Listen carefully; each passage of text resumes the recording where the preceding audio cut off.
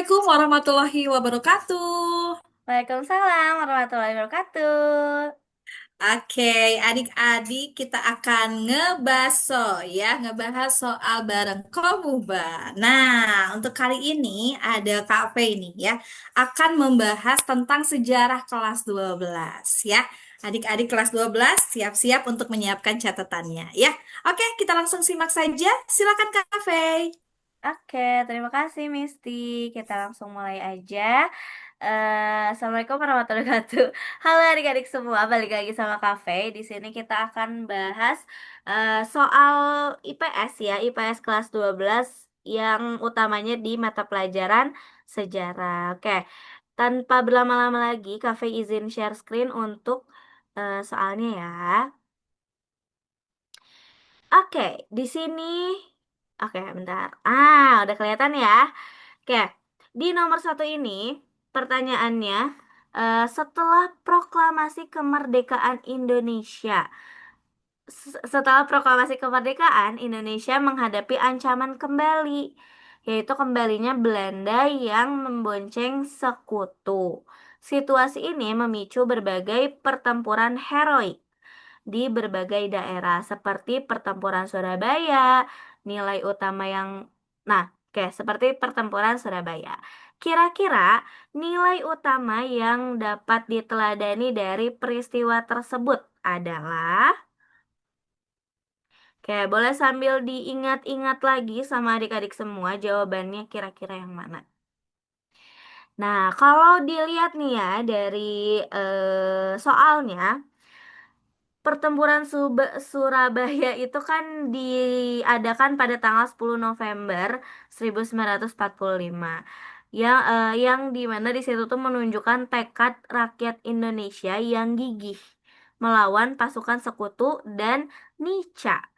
Meskipun kekuatannya tidak seimbang kalau kita lihat. Nah, dengan semangat yang lebih baik hancur daripada dijajah kembali itu menjadi simbol nasionalisme dan rela berkorban untuk mempertahankan kemerdekaan yang baru saja diproklamasikan gitu. Berarti jawaban yang tepat itu yang C, semangat pantang menyerah dan rela berkorban untuk mempertahankan kedaulatan gitu. Sekarang nomor 2. Pada awal kemerdekaan, pemerintah memilih membentuk Keamanan Rakyat atau BKR sebelum sebelum akhirnya membentuk Tentara Keamanan Rakyat atau TKR. Kebijakan awal ini secara kontekstual dilatar belakangi oleh. Oke, jawabannya apa kira-kira nih? Oke, kalau kita lihat dari pertanyaan yang ada di soal ya, yang ada di Google Form ini, BKR itu dibentuk pada tanggal 22 Agustus 1945 gitu. Yang bersifat semi militer yang dilatar belakangi situasi genting pasca proklamasi. Karena kan tadi ya, sebelumnya setelah proklamasi kemerdekaan tapi ada juga apa namanya? Sekutu yang datang gitu ya, pasukan sekutu dan Nica yang datang gitu. Jadi terbentuklah BKR ini gitu yang dilatar belakangi oleh situasi genting pasca proklamasi. Pemerintah juga ingin menghindari konfrontasi langsung dengan tentara Jepang yang masih berkuasa dan bersenjata lengkap tentunya. Nah, sambil tetap membentuk wadah untuk mantan tentara Peta dan Heiho, itu berarti kebijakan awal ini secara kontekstual dilatar belakangi oleh apa tadi?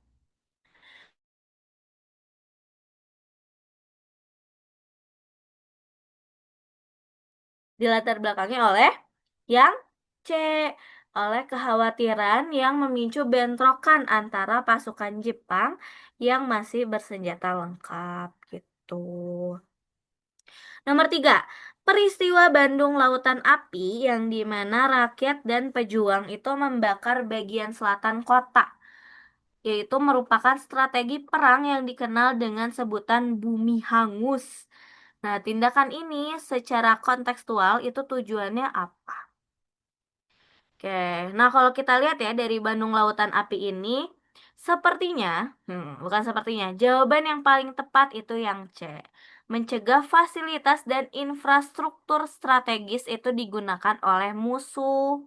Kenapa? Karena jadi gini, strategi bumi hangus ini tuh dalam peristiwa Bandung Lautan Api yang dilaksanakan yang terjadi pada 23 sampai 24 Maret 1946 itu merupakan taktik perang gerilya untuk yang pertama, menghancurkan fasilitas vital, yaitu markas, gudang senjata, dan pabrik.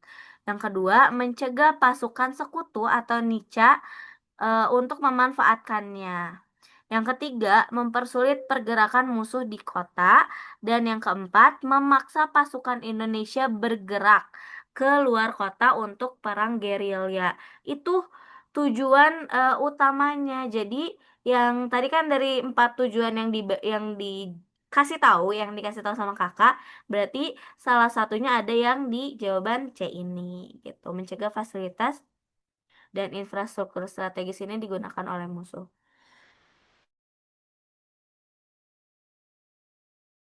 Oke, nomor 4.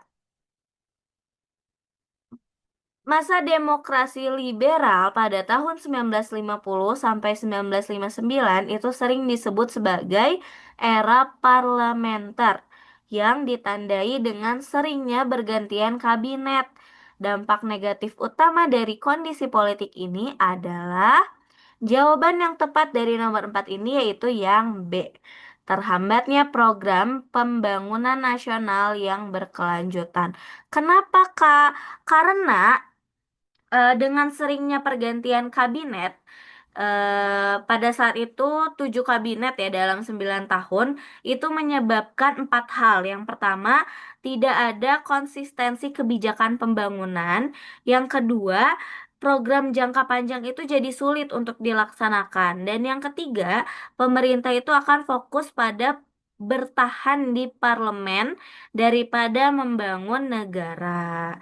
Terus yang terakhir, stabilitas politik juga terganggu sehingga pembangunan ekonomi terhambat. Gitu. Itu dampak negatif dari kondisi politik pada saat demokrasi liberal itu. Oke, nomor 5. Konferensi Asia Afrika di tahun 1955 di Bandung itu melahirkan Dasar-Sila Bandung dalam konteks politik global saat itu. Prinsip tidak memihak blok manapun yang terkandung di dalamnya merupakan cikal bakal ayo, dari mana ya? Dari gerakan non-blok. Kenapa? Karena nih ya dasar sila Bandung itu menjadi landasan ideologis gerakan non-blok atau GNB yang resmi berdiri pada tahun 1961. Prinsip non-blok ini tidak memihak blok barat maupun blok timur.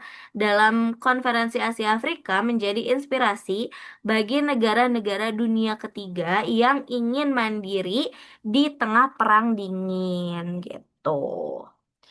Nomor 6, kebijakan Nasakom, nasionalis, agama, komunis, yang diterapkan Presiden Soekarno pada masa demokrasi terpimpin secara kontekstual, bertujuan untuk. Nah, kalau kebijakan Nasakom secara kontekstual itu bertujuan untuk yang paling tepatnya itu yang A. Menyatukan 3 ideologi besar dalam masyarakat Indonesia untuk memperkuat persatuan. Kenapa? Karena Soekarno ini tuh kan melihat 3 kekuatan politik utama ya dari Nasakom itu, dari nasionalis, agamis, sama komunisnya. Nah, perlu disatukan dalam konsep Nasakom untuk apa? Untuk yang pertama menciptakan persatuan nasional, yang kedua memadukan berbagai aliran politik, yang ketiga, memperkuat basis dukungannya. Dan yang keempat, mencegah konflik ideologis gitu. Jadi, yang paling tepat itu yang A. Nomor 7. Salah satu kebijakan ekonomi Orde Baru adalah membuka pintu bagi investasi asing Secara kontekstual, kebijakan ini bertujuan utama untuk yang A juga karena tujuan utama dari kebijakan ekonomi Orde Baru itu untuk meningkatkan cadangan devisa negara dan mempercepat pembangunan. Nah, selain itu, investasi asing ini tuh dibuka untuk mendapatkan modal pembangunan, transfer teknologi modern, terus juga menciptakan lapangan kerja, meningkatkan ekspor dan devisa, dan juga mendukung program Repelita atau rencana pembangunan 5 tahun. Nah, itu. Nomor 8, program keluarga berencana atau KB yang masif dilaksanakan pada masa Orde Baru secara kontekstual dilatar belakangi oleh jawaban yang paling tepat itu yang C. Kekhawatiran akan ledakan penduduk yang dapat menghambat pembangunan. Gitu. Nah, jadi program keluarga berencana atau KB ini tuh diluncurkan salah satunya karena itu kekhawatiran itu. Laju pertumbuhan penduduk itu sangat tinggi, sekitar 2,3% per tahunnya pada saat itu ya. Nah, terus juga keterbatasan sumber daya untuk pembangunan kita di Indonesia. Dan tekanan pada ekonomi lapangan kerja juga sangat berpengaruh. Terus juga upaya meningkatkan kesejahteraan keluarga juga itu butuh effort lebih ya. Terus juga mendukung suksesnya pembangunan nasional juga gitu. Jadi kalau disimpulkan dari semua tujuan atau di latar belakang itu yang paling sesuai yaitu yang C, kekhawatiran akan ledakan penduduk yang dapat menghambat pembangunan. Nomor 9, krisis moneter Asia pada tahun 1997 yang berdampak pada Indonesia ditandai dengan melemahnya nilai tukar rupiah terhadap dolar AS secara drastis. Secara kontekstual, penyebab mendasar melemahnya rupiah adalah ya betul, yang C. Hutang swasta luar negeri jangka pendek yang besar dan lemahnya fundamental ekonomi gitu. Jadi krisis 1997 itu dipicu oleh salah satunya hutang swasta jangka pendek yang besar, terus juga sistem perbankan yang lemah, nilai tukar rupiah yang overvalue, terus juga defisit transaksi berjalan yang besar, terus juga ketergantungan pada modal asing yang spekulatif gitu. Jadi yang paling cepat yang paling tepat yang C. Terakhir nomor 10. Gerakan Reformasi 1998 yang dipelopori mahasiswa berhasil mendorong lengsernya Presiden Soeharto. Tuntutan utama gerakan ini secara kontekstual adalah Oke, mungkin sedikit mereview dulu ya. Tritura Reformasi 1998 ini tuh memuat penegakan supremasi hukum. Terus juga pemberantasan KKN. KKN bukan KKN yang mahasiswa tapi korupsi, kolusi, nepotisme. Yang ketiga, pencabutan dui fungsi ABRI. Dui fungsi ABRI. Yang keempat, amandemen Undang-Undang Dasar 1945. Yang keempat, penyelenggaraan pemilu yang demokratif dan yang terakhir, penghapusan monopoli ekonomi. Jadi, jawaban yang paling tepat dari nomor 10 itu yang A.